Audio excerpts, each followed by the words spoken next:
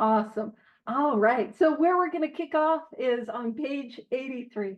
And we're starting just before the step 9 promises. And hopefully, fingers crossed, if I do well on time, but it's me, so definitely no promises.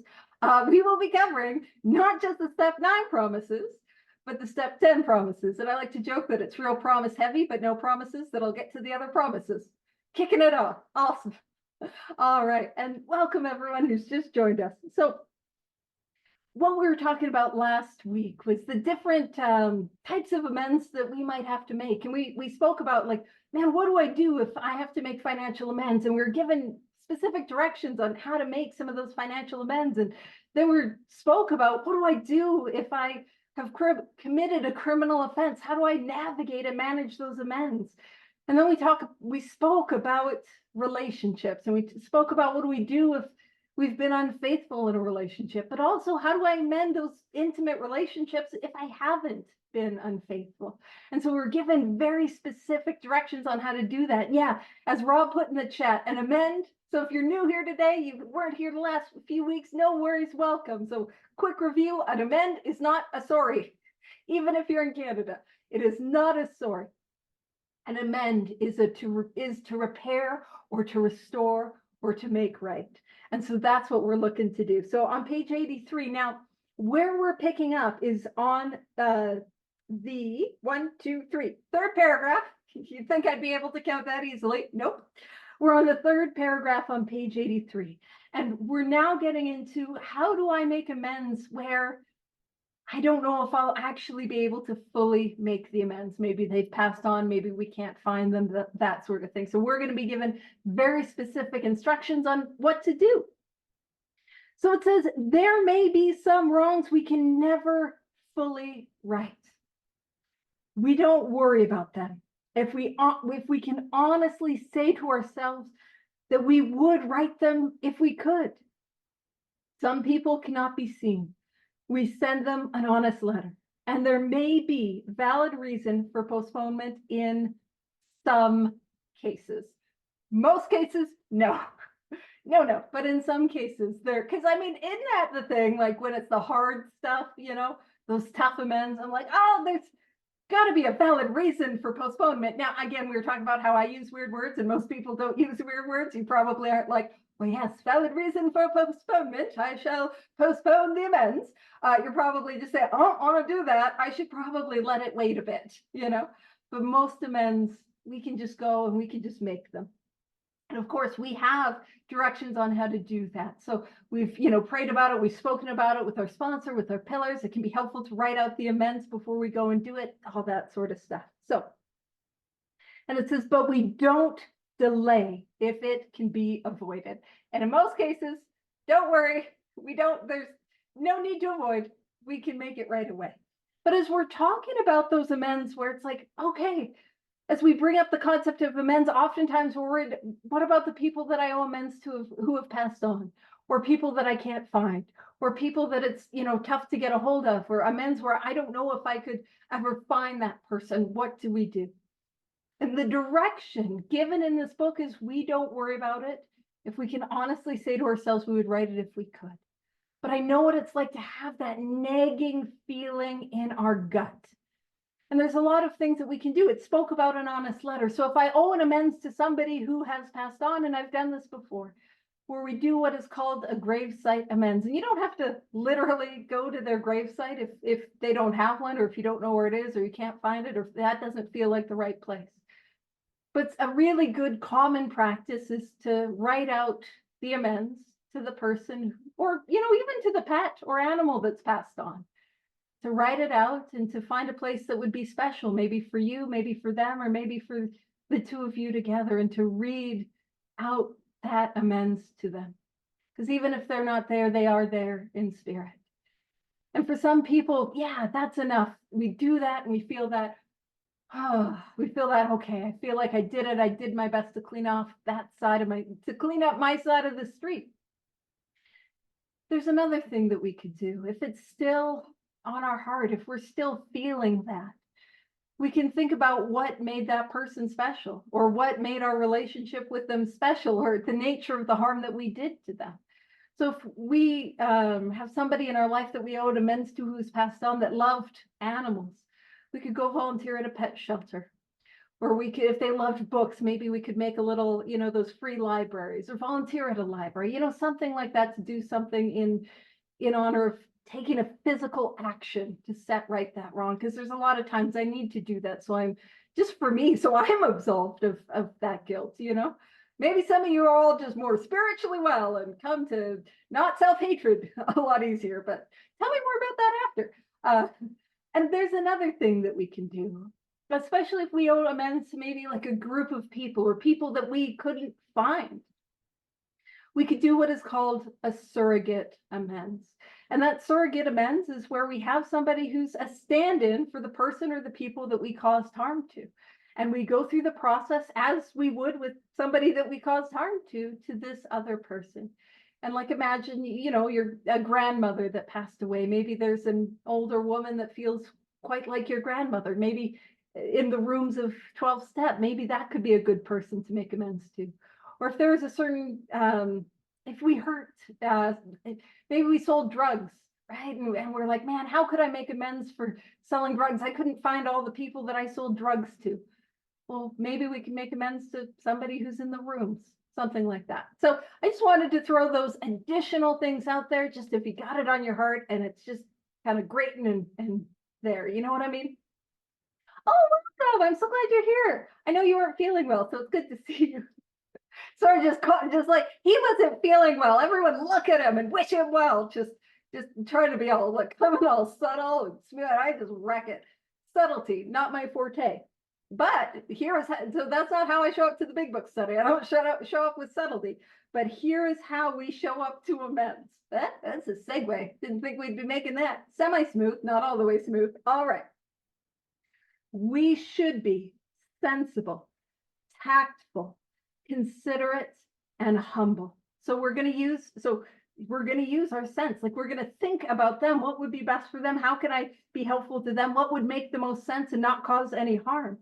Tactful, using tact and that consideration, thinking about them.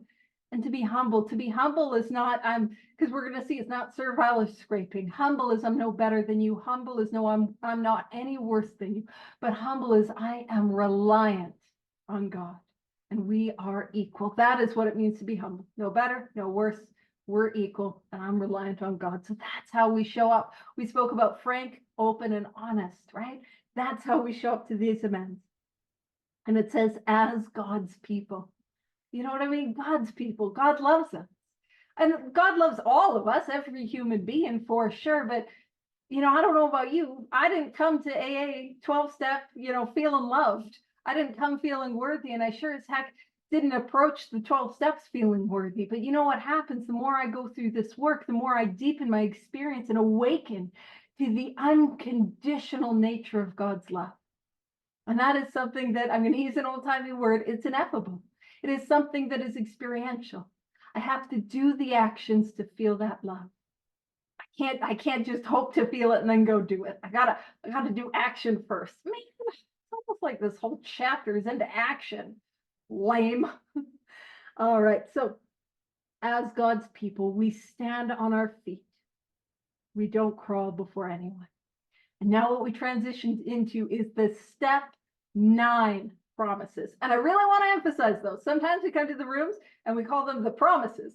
No, there are promises all over the place. There's so many promises. There's promises here, promises there. Hopefully we get to the step 10 promises. So many promises. These are not the promises. These are the step 9 promises. And we're gonna have a little bit of a look that's maybe a little slower than we're kind of used to reading. And I'll point some things out like, hey, where we chant, but maybe where we ought chant. Anywho, so it says, if we are painstaking about this phase of our development, painstaking about what? Painstaking about actively going out and making all of my amends. Painstaking, I'm being fearless, I'm being thorough, I'm actively searching and seeking for them, trying to find them to set that wrong right. See, that's the context of the step 9 promises. If I'm painstaking about making amends, it says we will be amazed. Listen, I'll be frank with you.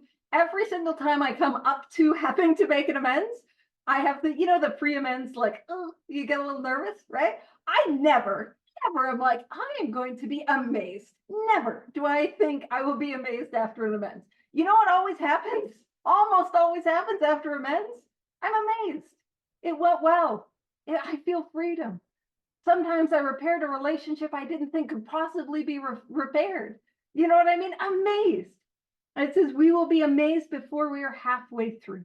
So something that's important for me to understand is these step 9 promises don't happen at step 6. In fact, we have some 5th step promises that happen right before step 6. Those ones happen. But these happen before we are halfway through making all of our amends. That's when they come into fruition. And again, it's not, the step 9, I know it's kind of preaching to the choir a little bit, but the step 9 promises do not happen if I sit in meetings. They do, and meetings are lovely, but they don't happen if I sit in meetings. They don't happen if I talk about my ideas about amends. They don't happen as I, do a 4th step. They happen as I go out and make amends. So just, again, I know y'all know, but I just want to emphasize that is when these promises begin to truly come true for us. So it says, we are going to know a new freedom and a new happiness. This is something that is brand new. A freedom and happiness I have not yet experienced. That's what's on offer. It says, we will not regret the past nor wish to shut the door on it. Why? Why don't I want to regret the past and shut the door on it? Because I've made those wrongs right. Man, if this is where I get that freedom from that guilt and that shame and that self-hatred, and a lot of times I go and make amends and find out I was way harder to myself than I ever needed to be. And sometimes I go out and make amends and I'm like, well, should have been a lot harder on myself about that one. Fair enough. But a lot of the time, man, new freedom, new happiness, and freedom from the past.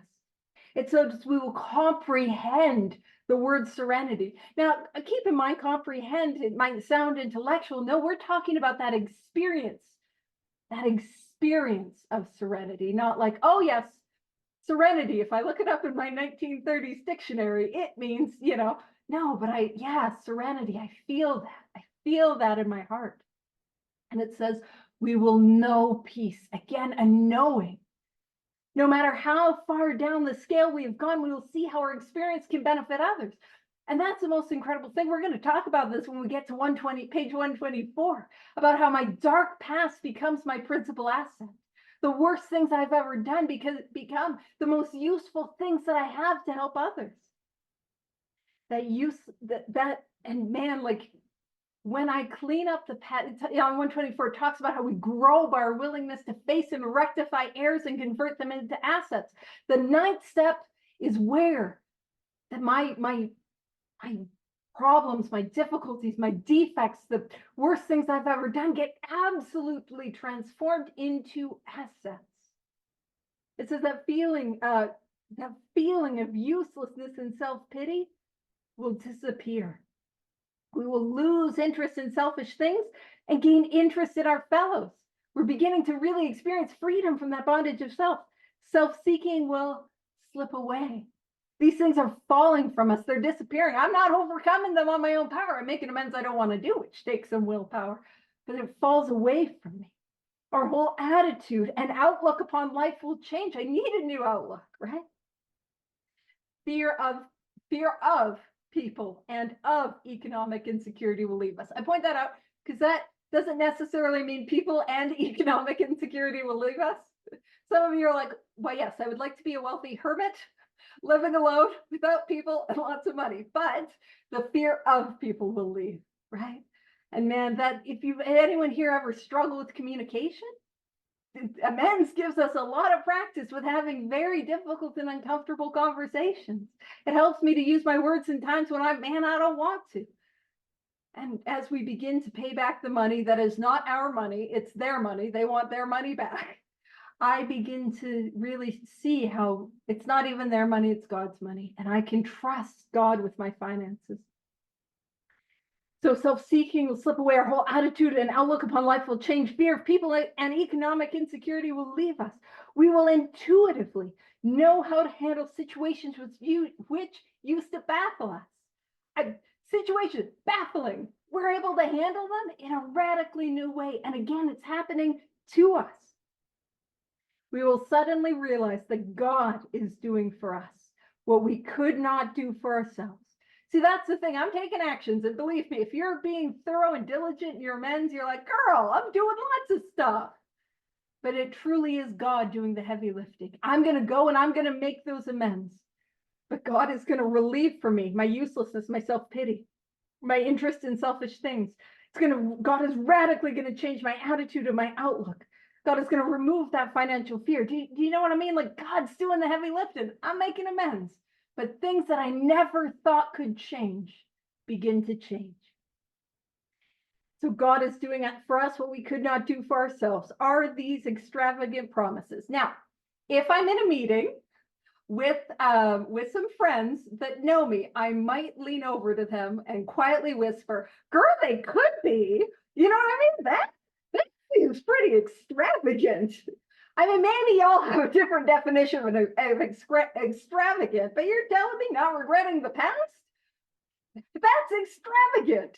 Losing fear of financial insecurity? Girl, that's extravagant, you know? And then in the rooms we chant, we think not.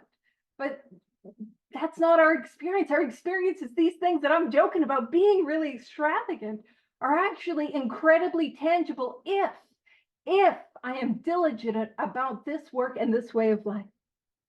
And it says they are being fulfilled among us, sometimes quickly, sometimes slowly.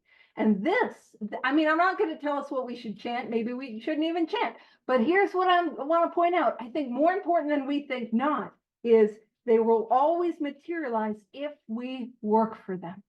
And I think a lot of times in the room, we can get, kind of stuck on sometimes quickly, sometimes slowly. Oh, I guess I'm a sometimes slowly sort of person. No. We have not been thorough and working and doing all of our amends. A lot of times we think, man, I'm just of the educational variety, or I'm a sometimes slowly. And I'm telling you, I thought I was some of the sometimes slowly or educational variety. But my experience is those times that I thought I was a sometimes slowly, I was actually sitting my bum on spiritual actions that I needed to be doing. I'm not saying that's your experience. I'm just saying that's mine. And there's kind of a really cool comparison between the step 9 promises and the bedevilments. And I'm just going to share this with you. I didn't come up with this idea, but I did make the little graphic, and I have a graphic where it's bedevilments first, because they don't perfectly line up. But when it talks about how we are going to know a new freedom and a new happiness, the bedevilments on page 52 say we were unhappy. In the promises, when it says we will not regret the past, nor wish to shut the door on it. In the bedevilments, it talks about we couldn't seem to be of real help to other people. And the promises, the 9th step promises, when it says we will comprehend the word serenity and we will know peace. It says we couldn't control our emotional natures, which is, I wasn't comprehending much other than wild swings of emotions, and peace was nowhere in my life. And it says, no matter how far down the scale we've gone, we will see how our experience can benefit others. And again, that ties into, I couldn't seem to be of real help to other people. And the 9th step promises that feeling of uselessness and self-pity will disappear. In the bedevilments, I had a feeling of uselessness. It talks about, in the 9th step promises, I will lose interest in selfish things and gain interest in my fellows. Self-seeking will slip away. Well, what's the result of self-seeking and a disinterest in my fellows? Well, trouble with personal relationships. Page 52, we're having trouble with personal relationships. And the step 9 promises our whole outlook, our whole attitude and outlook upon life will change. And on page 52, at that point in step 2, we were a prey to misery and depression. Step 9 promises fear of people and of economic insecurity will leave us. Bedevilments, we couldn't make a living. And then we got the 9th step promises. We will intuitively know how to handle situations which used to baffle us. the bedevilments, we were full of fear. And so if you guys want, I could throw that in the chat or the WhatsApp after. And so it's kind of nice to see the hopelessness that we're speaking about when we're in step 2 and we're pointing to the bedevilments and the hope that's on offer in the step 9 promises. But I got to take some actions. You know what I mean? To get from step 2 to step 9, I got to do some work. I got to take the rest of the steps. And so speaking of, let's dive into step 10. And it says this thought of these promises coming true, this stuff materializing in our life in a real tangible way brings us to step 10, which suggests, I always point out, we don't have the alternative suggestion other than at the bottom of page 25, when it's like, go on to the better ends, blotting out the consciousness of your intolerable situation. But it suggests that we continue to take personal inventory and continue to set right any new mistakes as we go along. That's rude. I kind of was hoping that this step would say, you're perfect now. Go and be a little sunbeam of perfection and radiate your perfectness wherever you go. No, it's telling me that I need to take inventory. Man, why would I have to take inventory? Why? Because I'm never going to be free from resentments and fears and selfishness. Those things will continue to pop up. And why will I have to go set right any new mistakes? Because I was making mistakes. And listen, I know I'm the only little drunk and little drug addict here that struggles with perfectionism. I know I'm the only one. But the 10th step, just for me, the 10th step is the step that allows us to live with grace. It allows me to make mistakes. It allows me to be imperfect. It allows me to not have to be this robot that doesn't have resentments. Now, I can't live in resentments. I got to deal with them. That have fears, that have selfishness. It gives me a way to clean it up. And also, when it talks about taking personal inventory, well, heck, where should I learn to take inventory? Step 4. And one of the most important things is the columns that I learn and I pick up in the 4th step. I don't leave them in the 4th step. I'm going to bring them with me to step 10, and I'm going to take them with me as I go out and do my evening review. These columns that we learn in the 4th step are immensely valuable. I mean, man, if we've gotten freedom from some of these resentments we thought we could never get free of as a result of this course of action, why wouldn't I use it for the guy who stole my parking spot? You know what I mean? Why wouldn't I do it for the jerk at the meeting who's talking too long and doesn't know what they're talking about? Why wouldn't I use it for the little stuff? And where did I learn to set right any mistakes? Step 9. And what we're going to see is the process of step 4 through 9 is going to be continued in through step 10. Step 10 is going to be a continuation and a growth of those series of actions 4 through 9. So it says we vigorously, and so listen, if you're at this point, you're like, girl, that was pretty vigorous. Good, you're doing it right. Vigorous, that doesn't mean I take my time with it. That doesn't mean I saunter my way through. No, I'm attacking this thing. I'm going at this. I'm finding these people. I'm making these amends. I'm not sitting on inventory, I'm doing it. I'm after it vigorously. Commence this, and this is important, way of living. It is not a set it and forget it deal. I don't get to do this for 30 days and then stop, or 60 days, then stop, or 3 years and stop, or 30 years and stop. This is a way of life. And again, with it being a way of life, it's one of those things, I got to have all 12 steps active in my life. My foundation cannot be 1, 2, 3. My foundation needs to be all 12. And all 12 steps is how I live my life. So it says, we vigorously commence this way of living as we cleaned up the past. We have entered the world of the Spirit, capital S, Spirit. So now's when we really, truly begin to enter that 4th dimension of existence. And if you're like, oh, what are you talking about? Well, Bill Wilson described it as happiness, peace, and usefulness in a way of life, which is indescribably more wonderful as time passes. That's what we're talking about. We're talking about seeing things as they truly are, showing it, being able to show up with love and service, which is absolutely impossible. We're now in the world of the Spirit. Our next function. Oh, you guys. Now, I knew this was coming. I know it sounded like I surprised myself, which does regularly happen, but I was planning on this. It sounded like more surprised than I planned it. But you know, in step 3, I got fired. I got absolutely, utterly fired for the management position of my life. Because my life was unmanageable and I managed it into a position of unmanageability. Oopsie doops, I got fired. But I got to be spiritually employed. Now, so God's going to be the manager, God's going to be the capital E employer, but I got to work for God.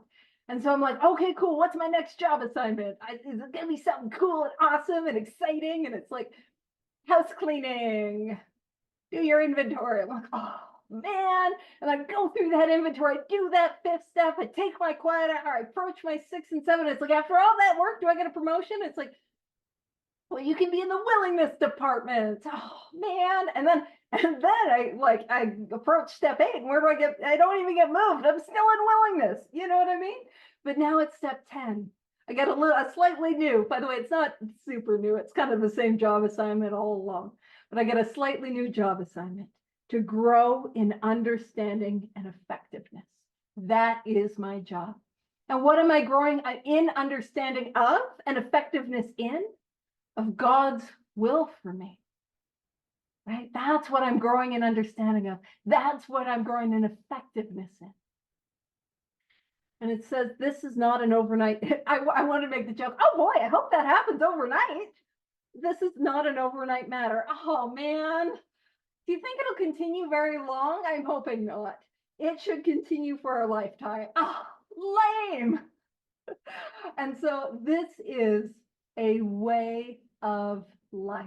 That's what we're talking about. Not, you guys know, I talk about, I can't have crackpot sobriety. I can't set it and forget it. I gotta have stir fry sobriety, right? I'm doing this thing every day. I'm living and working this way of life. So it's not an overnight matter. It should continue for a lifetime.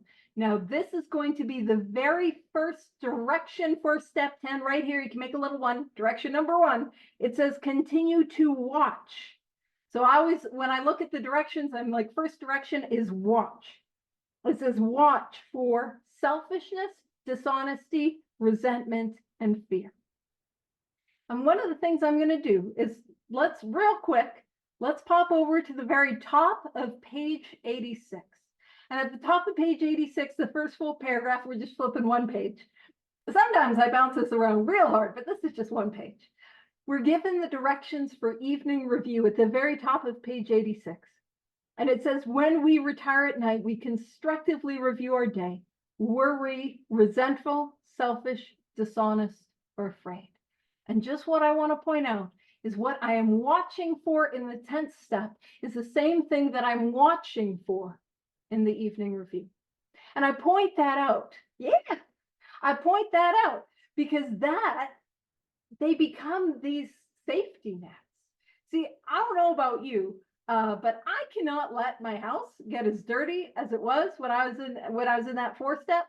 Do you know what I mean? I talk about that hoarder's house and like, oh boy, it was bad. Like my spiritual house, my spiritual hoarder's house. Man, even if it ever gets that bad, I'm going to drink again. And so in the 4th step, what I've done at 4 through 9 is I've cleared out all that mess and all that garbage out of the house.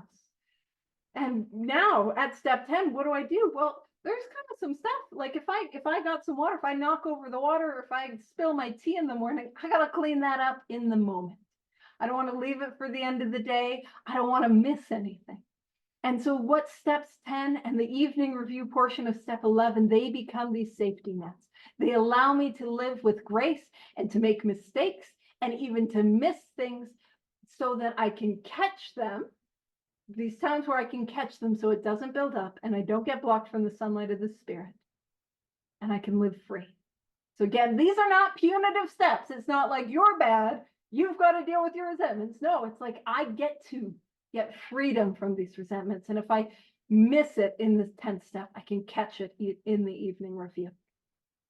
So one of the things is, I'm sure you guys have gathered with my sort of attention span and how I bounce around and kind of, I have a sponsor that calls me Ricochet because I'm all over the place, that probably the most difficult sort of direction for me to follow in the 10th step is watch.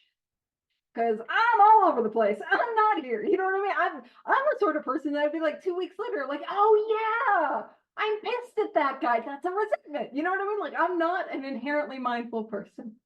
So I just want to share something with you.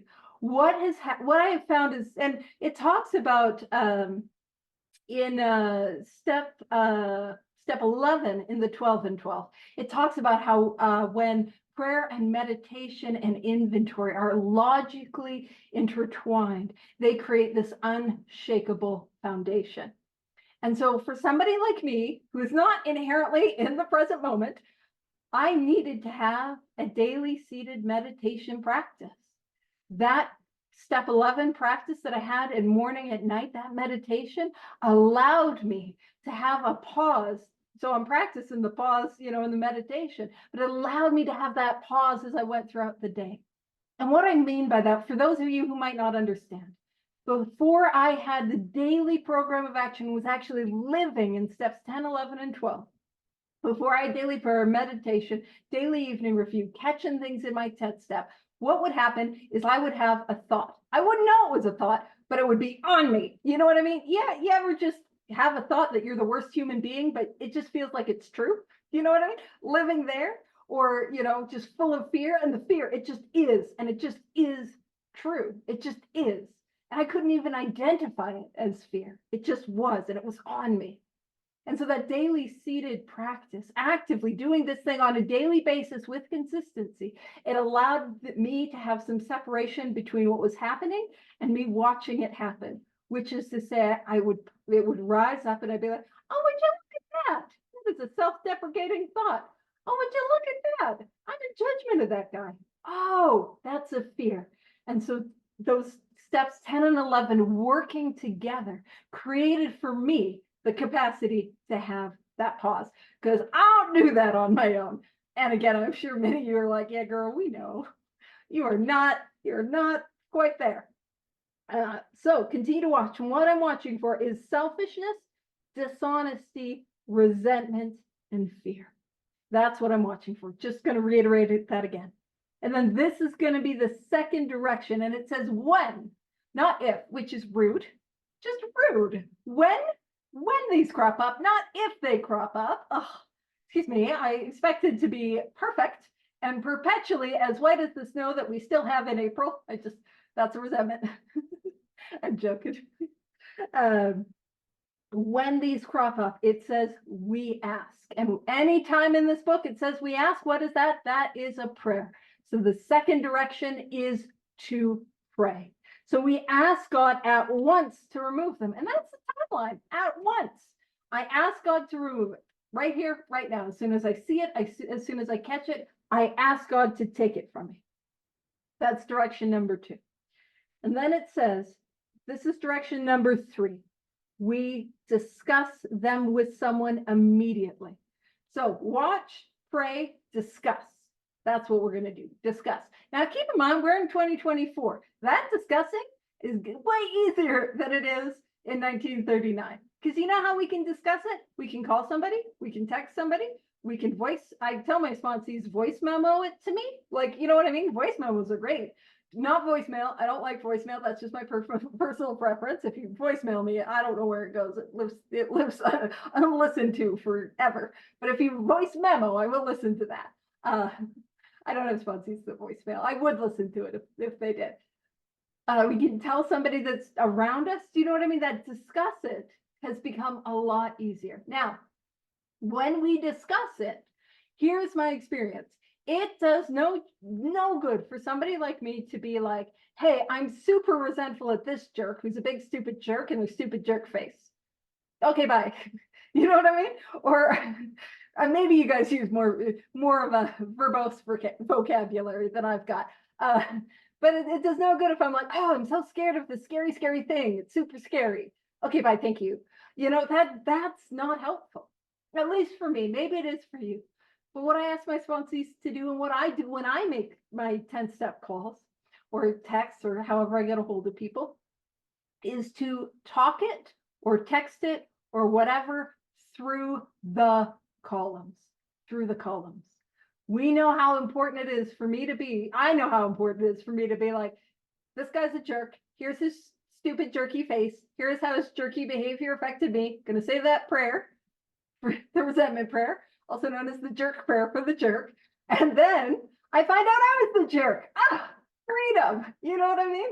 There's only freedom in that. Similarly, if I've got a fear, for me, what do I got to do? I got to take it through the fear columns. It doesn't, for me, I don't find a lot of help saying, I'm really scared of this thing, because that doesn't change it for me. What changes it for me is talking it through the columns.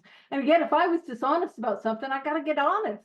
And it's the best person to get honest with is the person I was dishonest to. That cuts out the middleman. But also, if I was selfish, I can just make a note of it to somebody. And that note of it to somebody can help keep me accountable for that next direction. Now, the next direction, direction number 4, sorry, make amends quickly if we have harmed anyone. You'll notice that there's a timeline to some of this stuff where it is like at once, immediately, quickly, you know what I mean? With some velocity, clean it up quick. And here's the thing, I don't know about you guys, but for me, making amends quickly, oh, that's just the best. There's nothing worse than leaving it and having that nagging feeling at you all day. Nothing better than just, and like, listen, if I owe an amends, I got a sense of urgency. I'm like, let's go.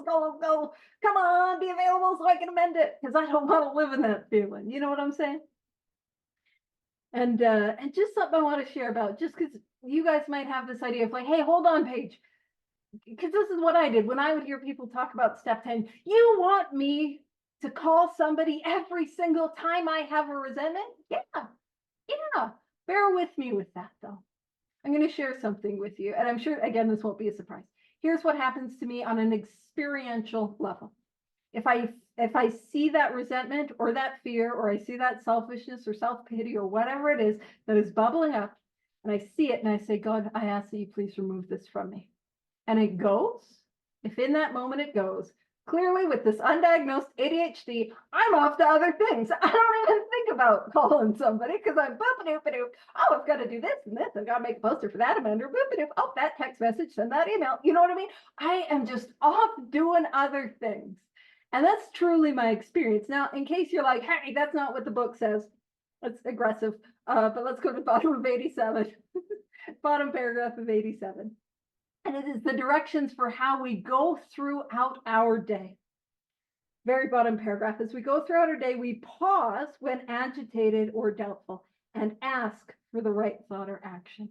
So it's saying for some of that little stuff, it'll pop up and we pause and we pray, God, I ask for the right thought or action. And then it tells us to, constantly remind ourselves we're no longer running the show.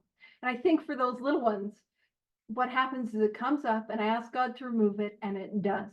But here's the thing. If there is at any point where I am wrestling about whether or not I should call somebody, so the like winds of distraction have not taken me away, I need to call or text or do that 10th step with somebody. If I'm debating it, the answer is go bug somebody.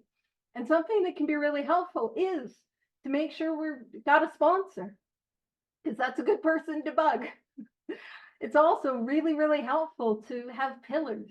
Pillars is kind of the word that is used where I live in the world, but to have those sober, recovered people that are doing this work that you can take this inventory to, that are like, yeah, let's take it through the columns. Absolutely. That's what we're trying to do. So, and it can take a little bit to cultivate that. And you can ask people, heck, if you don't have anyone, throw it in the chat. We can create those connections. Anyone want to be a 10-step buddy? Because listen, I think, in AA or 12-step or CA or DAA, whatever, there's that like, hey, pick up the phone. I don't know an alcoholic who can naturally pick up the phone. Now, if I'm trying to pick up the phone to stay sober, that's not going to work because I just have no power to do that. But it's not easy to pick up the phone and call somebody. So it's good to have a variety of people so I don't feel like I'm this giant burden, even though those of us who receive 10-step calls know it's the best thing ever. It's so great. I'm so helpful. I love that. Let's take you through. You know what I mean? Maybe that's just me. All right. So it says, this is direction number 5. Then we resolutely turn our thoughts to someone we can help. Yeah, like faithfully marked by firm resolution that I am turning, who can I help? Now, turning my thoughts to someone I can help, who do I help, or what does that look like? You know what I mean? if there's, I always like, this is just if you're worried about somebody, just in general, if you have somebody that you're struggling, like that is struggling with this illness, is relapsing, or somebody that's just sick and hurting and you can't be of immediate help to them. I always remind myself, help who is in front of me, and help who is in front of me in the way in which I would want to help that person who's maybe not open to receiving help. Another way to look at it is, who can I turn my thoughts to someone I can help? Who is in front of me? That's where God has put me, and that's who could use my help. And so, yeah, and so being of service to those right in front of me. Now, it does say turn our thoughts. And I have this way, and I haven't been able to do it as much lately because I've just been so busy, but one of my absolute favorite ways of turning my thoughts to people I can help is, I call it pumping tires. And it's where I send messages, text messages usually, because I don't have a lot of time for phone calls. I send text messages to people, usually people I normally wouldn't reach out to. And I just let them know that they're God's favorite, or the world's a better place because they're a part of it. Or, I'm so grateful for them in my life, or these things that I value about them. And it's just been this incredible way of turning my thoughts to someone I can help. And I love it, because there have been so many times where I'm just randomly reaching out to somebody. Hey, just wanted to let you know that you're God's absolute favorite. Or, hey, I just want you to know that 12 step is a better place because you're a part of it. Or, hey, I just want to let you know, every time you share my home group, man, I love hearing you. I just love listening to you. Your experience is so incredible, whatever that looks like. And so many times I send that message, and the message I get back is, how did you know? How did you know I needed to hear that today? How did you know I was struggling today? And so oftentimes just me doing some random, clearly undiagnosed ADHD stuff, just I'll message people randomly, but so much of me trying to get me out of the way, I can let God flow through me, and just doing that little thing. And yeah, it's incredible what can happen. And man, I actually, thinking about it, I have some grand sponsees, so I don't sponsor them directly, but some grand sponsees that we got connected with, sponsees of mine, simply because I was reaching out to people that I knew were struggling. When I turned my thoughts to someone I can help, not in a nagging way either, just in, hey, I was thinking about you, just wanted to reach out and send love, no pressure to respond, and just how cool it is to be able to just do something real small that might not be real small for them. Anywho. And this could be this, I make little diagrams for things, because that's how my brain works. And this might be a really, really helpful way to summarize the 10th step. It is step 1, watch. Again, what am I watching for? Selfishness, dishonesty, resentment, fear. Step 2, pray. We ask God at once to remove them. 3, discuss with someone immediately. 4, amend quickly if we've harmed anyone. 5, turn. And then our thoughts to someone we can help. So the directions are watch, pray, discuss, amend, and turn. And if this is something you're struggling with, well, we can always start one direction at a time. Start by just watching for a whole day, trying to focus on the direction of watch. And then if you feel like, okay, I got that, we can bring in prayer in with our watch. And then practice on the discussing, which is, it's so hard for us. We don't want to call anyone, and build from there. So those are the directions that on step 10, right out of the book. And then it says, love and tolerance of others is our code. And man, I love that. Our code, how we show up to the world, love and tolerance. And I always like to say, even on the 401, for those in Ontario, even on the Kiwi 2, for those in Alberta, even on, oh man, I wish I knew more highways, and like wherever everyone is, even in your various highways, and even in the grocery store, even with family, even with your jerk of a boss, even with those, that's difficult. And these, well, we got time to cover the 10-step promises. I'm jazzed. I was worried we weren't going to get to it. Yeah. So these are the 10-step promises. And it says, and like, honestly, if you're wondering, when does the mental obsession get removed? Right here. Right here. If you're like, man, I don't know why I keep relapsing. I've got to get here. Here's where I've got to get, and here's where I got to grow from. Step 10 promises. And we have ceased fighting anything or anyone. We're done. The fight is over. The fight is over. Even alcohol. For by this time, sanity will have returned. So that means the mental obsession is removed. It's taken from us. We will seldom be interested in liquor, which is to say, I'd be rarely interested. If tempted, we recoil from it as from a hot flame. Now, in your books, you should have a note that says see page 24. If you don't, make a little note on to see page 24. So see page 24. Now let's pop over to page 24. See, on page 24, it's talking about step 1. And it's right after the italics where it says the almost certain consequences that follow taking even a glass of beer do not crowd into the mind to deter us. If these thoughts occur, they're hazy and readily supplanted. That just means replaced with the old threadbare. That means worn out, right? Worn out. The threads are bare. Worn out idea that this time we shall handle ourselves like other people. There is a complete failure of the kind of defense that keeps one from putting his hand on this hot stove.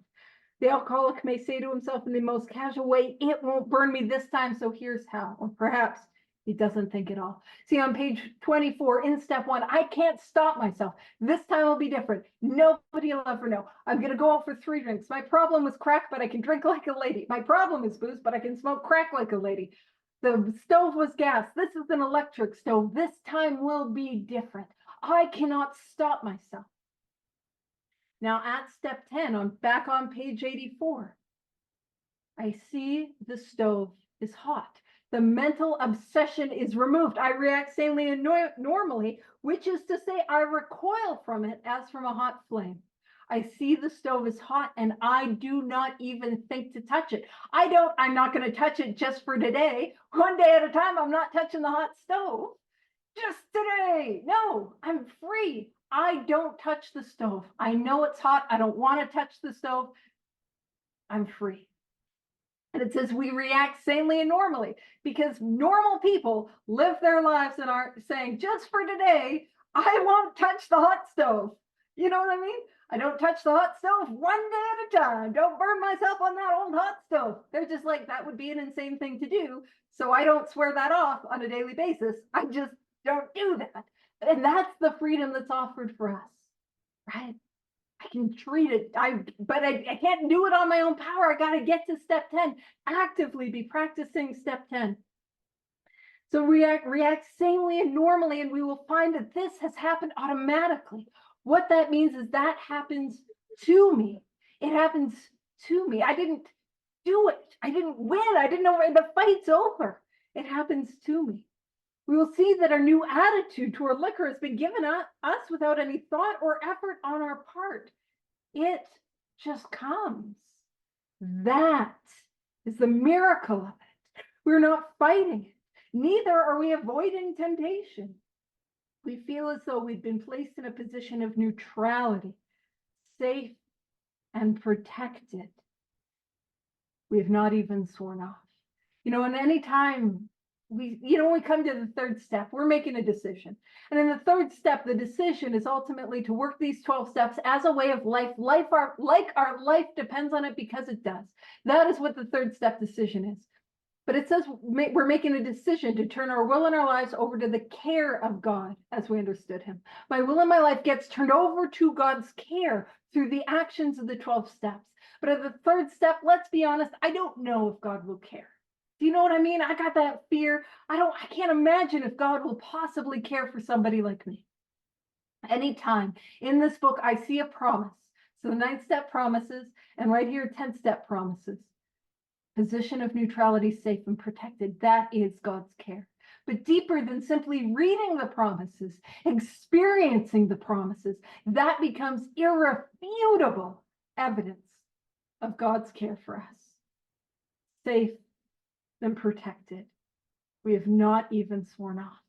Instead, the problem has been removed. Removed. It does not exist for us. It's gone. It's gone. We're neither cocky nor are we afraid. That is our experience. This isn't an idea that's like, hey, wouldn't that be nice? No, that is what happens to us here today who have recovered. Now, like any good promise, it comes with some fine print. Here's the fine print. That is how we react so long as we keep in fit spiritual condition. Well, how do I get in fit spiritual condition? Because I got to get there first. Steps 4 through 9, get me in fit spiritual condition. How do I keep in fit spiritual condition? Step 10. And I got to continue it on with step 11 and step 12. That's what I got to do. We got to make this simple. It's I got to do this 4 through 9 to get in fit spiritual condition. I got to keep it by continuing to do this work and growing it in steps 10 or steps 11 and steps 12. And here's the book meeting us where we're at and going to take us where we need to go. So right here it says it is easy to let up on the spiritual program of action. Anyone? I'm sure no one here. I won't even ask. I'm sure no one has ever let up on the spiritual program of action. I'm sure nobody here has ever missed an evening review, and you all meditate. I know that. That was the most aggressive I would ever be to you guys. And I'm joking. It's easy to. It's human to, right? It is easy to let up on the spiritual program of action and rest on our laurels. And a laurel, in ancient Greece, when they had the Olympics, they didn't have like the medals like we do now. They had this wreath, and it was a wreath of leaves, and it was the laurels. And to rest on our laurels is to rest on our accomplishments, to rest on our success. It's easy to be like, did you see all those amends I did? Pew, pew, pew. Yeah, I did. I crushed them out. Woohoo, I'm done. That's great. Whew, just gonna have a little rest. I have a little, I make little graphics and sticker designs. I have one that's got like a pillow and it's got a laurel wreath and it's got the no, the strike through circle, like no resting on your laurels. No. So it is easy to do. It is common to do. And the thing is, it's not about getting off the track. It's about how quickly, because we all get off the track. It's about how quickly we get back on. That's what matters. So it says we're headed for trouble if we do, for alcohol is a subtle foe. It is subtle. And there's a thing that happens inevitably. I was talking to a sponsee about this, where it's like we do the work and it's like, holy moly, that works. Oh my gosh, I didn't think that would work, but it works. And it's incredible. We have this incredible experience. And then for one reason or another, we stop doing the work. And then some stuff starts happening and we got some stuff piling up. We got the resentments and the fears and we don't think it's resentments and fears. We just think it's people not doing what they need to be doing. You know what I mean? That starts piling up and we start getting a little miserable. And even though we were doing the work and it worked, and even though in this moment we're not doing the work, and that is why we're miserable, we are utterly convinced the work could not work for this sort of problem. It's inevitable how that happens. We're like, no, I don't need to inventory this. No, I just need to do something else, But it says alcohol is a subtle foe. We are not cured of alcoholism. See, we are recovered, but we are not cured. See, I am recovered. The obsession is removed, contingent, and we're going to talk about what it's contingent upon. I always spoil the next sentence. But if I stop doing this work, if I stop doing this, and listen, I do a lot of work, so it's probably going to take a little bit. It's going to be always quicker than I think it is, but I'm going to start sliding back and I'll be able to not do it for a little while. But inevitably, the mental obsession will come. It will come, and I will drink again if I stop doing this. It's not going to happen right away, but it is going to happen sooner than I think. Always sooner than I think. And so what we really have is a daily reprieve. So the word reprieve, postponed temporary relief. My favorite definition, and it's in my 1930s dictionary, and I was so excited when I found it there too, is that it is a stay of execution. So imagine that as an alcoholic, as an alcoholic or an addict or whatever brings you to this study, imagine that you're on death row. And every day is a day where we get marched from death row to the execution chamber every day. And we get strapped in. And at the last minute, we get the call on the red phone from the governor who says, no, not today. A daily reprieve, a daily stay of execution. I am doomed to die of this illness, but I get to be alive today. Contingent, which is based upon the maintenance of our spiritual condition. It is not contingent on my spiritual condition. That is good news. That means my sobriety is not contingent on how I feel. The bad news is it is contingent on the maintenance of my spiritual condition. What that means, it is contingent on what I do. My sobriety today is contingent on the actions I take today to clear away the channel between me and God and let God work through me and to help others. That is what my sobriety is contingent upon. Does that make sense? Which is good news because I can be miserable and start doing work, good.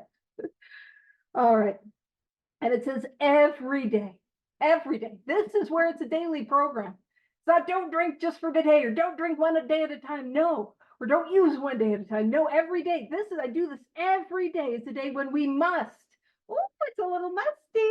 Get a little musty in here. There's some must carry the vision of God's will into all our activities. That's what I mean when I say, let's get me out of the way. Let God work through me. Vision of God's will. And then this is the step 10 prayer. There's a prayer in step 10. Y'all know how great is that? How can I best serve thee? Thy will, not mine, be done. And isn't that beautiful? We're gonna see that prayer used again in step 11, but I don't have time yet. We'll come back and have a look at it next week. How can I best serve thee? Thy will, not mine, be done. These are thoughts which must go with us constantly. We can exercise our willpower along this line all we wish. It is the proper use of the will. Willpower will do nothing to keep me sober against that first drink or that first drug. It does nothing. But let's be real. The spiritual program of action, it takes willpower. It takes willpower to pray and meditate and admit when we're wrong and continue to do inventory and to make that amends we don't want to make. That is where we can use and align our willpower. And if, by the way, I'll end on this. If there's anyone here today that's like, man, yeah, Paige, I'm off the beam. I'm off. How do I get back on track? What I found to be really helpful is start small and build consistency. So if you're like, man, I haven't meditated in years, do a minute of meditation today. Do it today. Say one quick prayer today and just do one like small and then build doing it daily, and we'll build consistency and momentum. So next week, we'll talk more about that. Step 11. I'll stop the recording and we can, say the prayer and stuff. All right.